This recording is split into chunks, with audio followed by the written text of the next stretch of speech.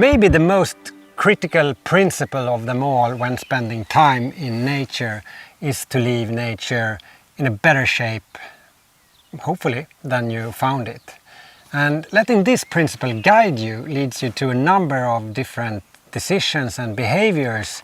Do you have like any examples, Sofia? How do you think about this? Well, first of all, I'd like to summarize one topic into don't break any new trails. Use the ones that are already made. Leave the ground as you found it. And I think that's especially something that you have to consider if you pitch your tent in an area. Maybe the wind is blowing really hard, so you need to bring out rocks to actually anchor your guidelines for the tent. Absolutely, you can do that, but you make sure to bring back the rocks where you actually took them, so you don't move around. And then we have the other part, which is littering, and you always bring back what you bring out.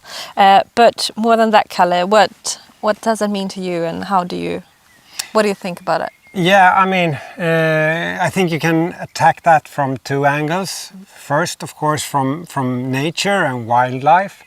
Litter, plastics, metal, glass, it does destroy nature, both for the natural habitat and for the animals and wildlife living there. I mean, everything from plastic straps that catches the nose of a bird, or microplastics that turn into fish food.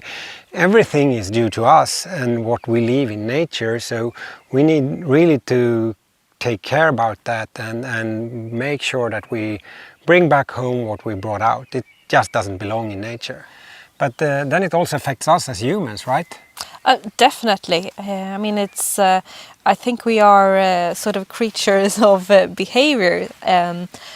For us, if we are entering a campsite and it's litter all over, I mean, we're not going to think it's a pretty place, first of all, but that also affects our behavior, because if we see a lot of litter lying around, we are also more likely to actually care a little bit less and also do the same, to copy that bad behavior. So I think it's very crucial that you and I, that we start to leave the campsites that we are entering in perfect condition before we leave it, so the next person entering will do the same and leave it in perfect condition.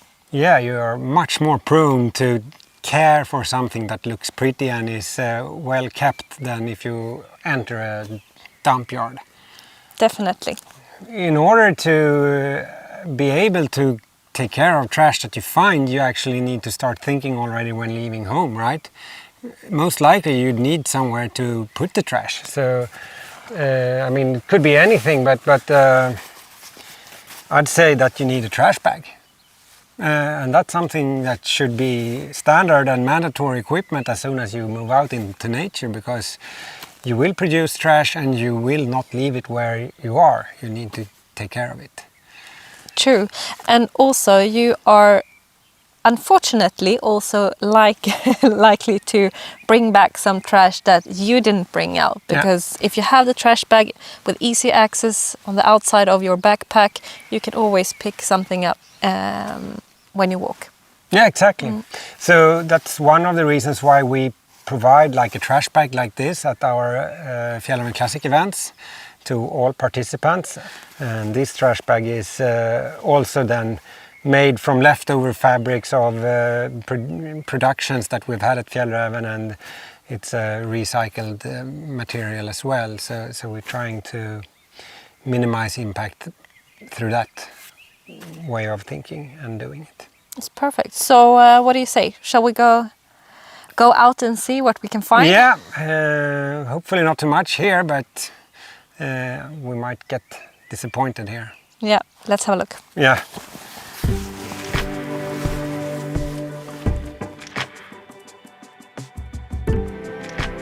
We are now at the campsite. We made a short trek down here to the lake. We asked ourselves, will we get disappointed along the way? What do you think? We did find some stuff. We did. So that's disappointing, I guess. But Kalle, what is, I mean, we have a lot of different type of things here, but what is the worst thing you've ever found? I mean, you find weird stuff, but what really upsets me is when people leave toilet paper. You know, you do your thing and then you wipe yourself and then you just drop it and leave it. I think that is the worst. What is the proper way to handle that? Either dig it down if it's paper. That it disappears in a couple of weeks, a month, or something like that, depending a little bit on where you are. But make sure that it's not visible. But the worst kind of practice is when people use wet wipes or baby wipes, because those are plastic and they will not go away. So totally bring it home. Bring a bag, bring a trash bag, put it in there, and then, I mean, if you're able to make your way out, you're able to leave the base camp and the nature in a good shape. Bring it home. I think also when we talk about that, because I agree, it's quite common to see the wet wipes, unfortunately. But in these times, I mean, this, I have to bring it out carefully. The face masks. It's something that you haven't seen before, but now it's all over the place. It's all over the place, and we even found it here today out in the forest. All sorts of plastic. It's a disgrace because it just won't go away. It will break down into smaller and smaller pieces and then turn into microplastics and eventually end up in the nutrition chain somewhere and harm wildlife and nature pretty much forever. Glass is another thing. It just won't go away. I mean, what do you think about this then? Is this to be considered as trash or? The banana peel. I mean, I think, we found this at a camping site. Yeah. We talked about it earlier. You know, if you leave the campsite in that condition, the step for someone to leave something else will not be that big. No.